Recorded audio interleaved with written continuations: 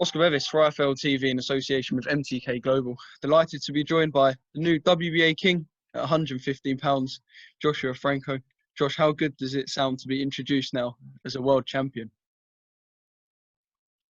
It's such a great feeling, to be introduced as a world champion, to be world champion.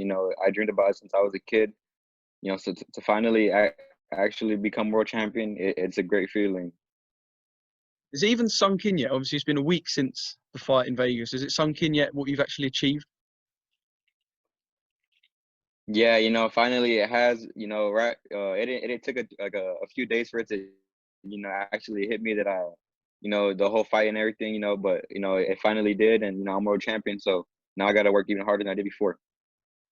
I was going to say, because everyone dreams of being a world champion when they turn professional in the game, and you're only 24 years old. So I can imagine you obviously want to go further. You want to do more and achieve more, but you've sort of achieved part of your dream at just 24 years old as well.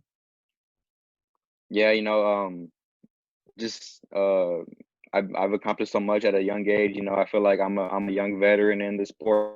I have a lot of experience, from all the sparring that I did when I first went to Riverside. I feel like it's benefiting me now. I've learned so much, and I'm only getting better as I get older. I want to talk about the fight now. It was by no means an easy night's work, was it? I mean, at the start, Andrew looked fairly comfortable. You grew into the fight, and then obviously it swung on the 10th round. Let's just sort of talk about the first few rounds. Yeah, a bit cagey at the start. How did you feel sort of going in? Was there nerves when you were on your way to the ring and through the first few rounds? You were getting the feel of things? Yeah, I wasn't really nervous. There was no nerves.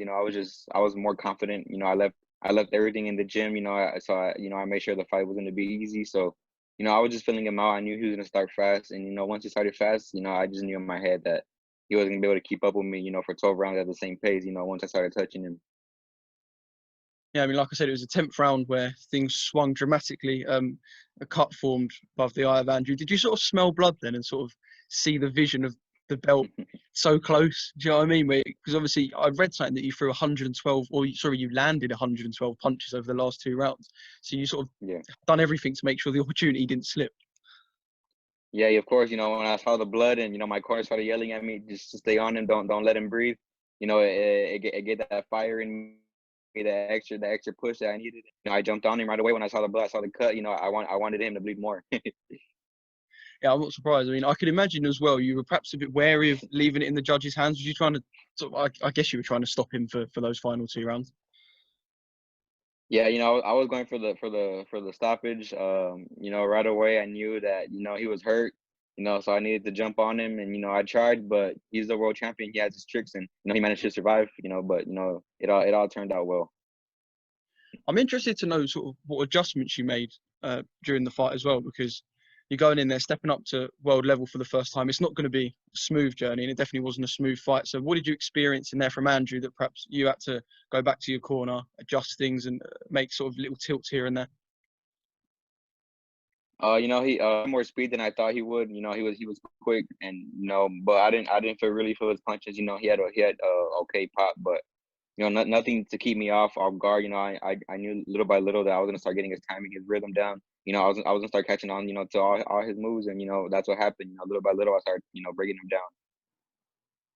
I was reading before just a minute ago that he was a 9-1 favourite. I mean, that must make it even sweeter that you were so underestimated going into the fight, and yet you've come out and although the scorecards would suggest it was close, many people would say that you sort of dominated Andrew in there.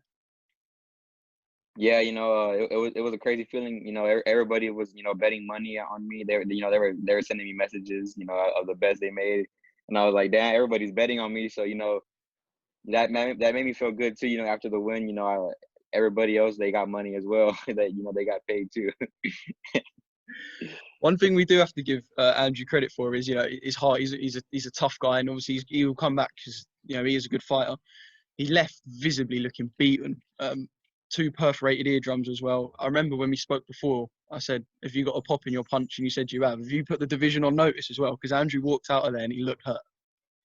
Yeah, I feel like people, they're gonna be watching me now. They saw what I did to undefeated world champion. Who was supposed to fight Chocolatito, after he fought me, and just I'm sure the champions watching. Now they're down. Now they're gonna be watching me.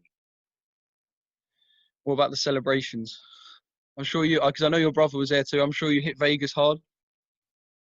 Nah, nah, nah. We just went back to the room and well, they were replaying the fight, so we had got some Wingstop and we were just rewatching the fight, just me and my family, just talking about the experience. And, it was a great time. After spending with my family and stuff.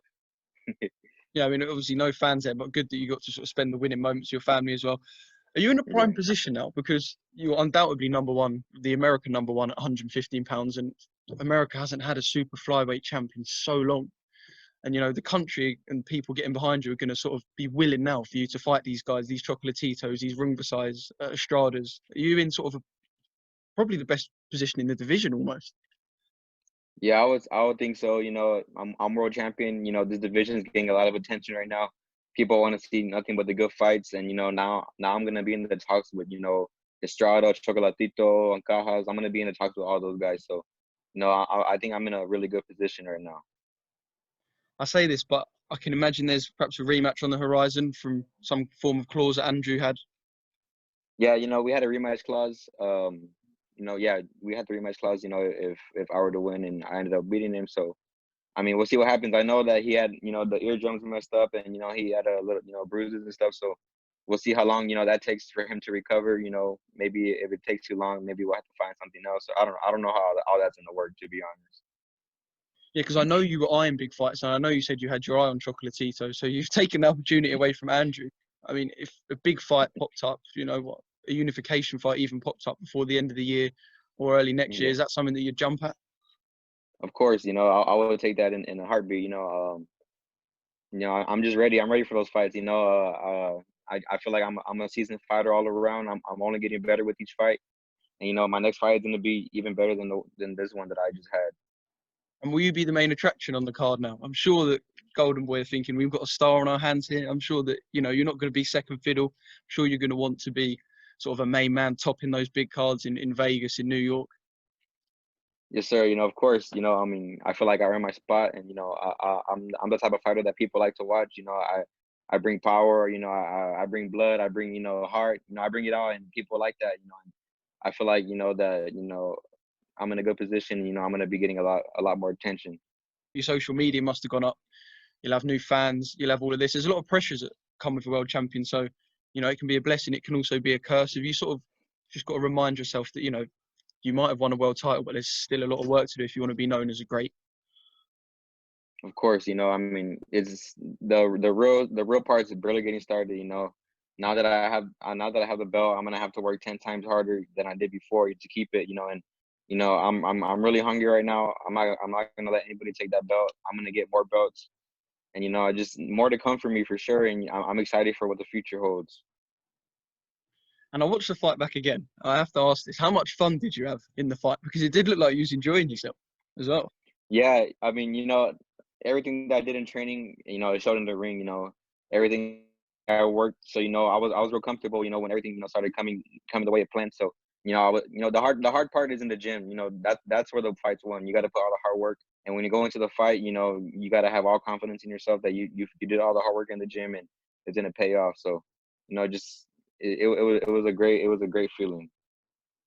How much credit can you give to sort of the team, the guys around you, the guys who, even the guys you've been sparring with in the gym? Because I've spoken to a few Golden Boy fighters and guys that you'll know over the last couple of days, and it seems like quite a tight knit group as well. Everyone really supporting each other and pushing each other to be as best as they can.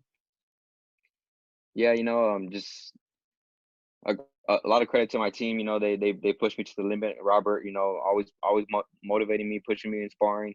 I got my strength and conditioning coach Charles. Chepe, Robert Garcia Jr. Robert, of course, his dad. Everybody. We're all one big team. We all push each other and we all give each other advice. We all want to see each other succeed. In the sport and that's what it's all about. Just having good people around. Like my team. And just finally, a little bit of history. You're the first world champion sort of post-pandemic. We've all talked about this big return to boxing and how boxing's going to be received. And I said to you before, I feel like that was the first real high caliber fight that's been put on since. And I suppose a bit of history that the first person post-coronavirus, or I say post-lockdown, to Yeah. to achieve the marbles. Yeah, you know, and that as well, and you know, to even be one of the few champions from San Antonio, you know, it feels good. You know, not many champions come out of San Antonio. You know, you only have six now with me, so you know, it feels really good. You know, it feels like, you know, I made history for my city, for my family, and for myself. You know, so just it's a good feeling, and you know, like I said, you know, I can't wait to see what the future holds for me. A San Antonio return, maybe a homecoming. That would be awesome. You know, that would be, you know, something to look forward to. You know, defending my belt in front of my city. You know, now that, you know, I'm proving myself little by little, I'm getting the support that I need now. People are actually starting to believe me, so it feels good. Well, Josh, congratulations. It was a cracking fight, which I suppose makes it an even better way to win the belt. I'm sure we'll catch up very soon. And yeah, just congratulations once again. Brilliant fight, brilliant victory, and yeah, go and enjoy yourself because I'm sure now you're sick of the media and you just want to relax with your family. No, man. Thank you for your time. Thank you for the support. You know, well, like you said, we'll talk soon, and you know, have a good one, bro. Be safe. Be safe. You know, with all this stuff going on. Talk soon.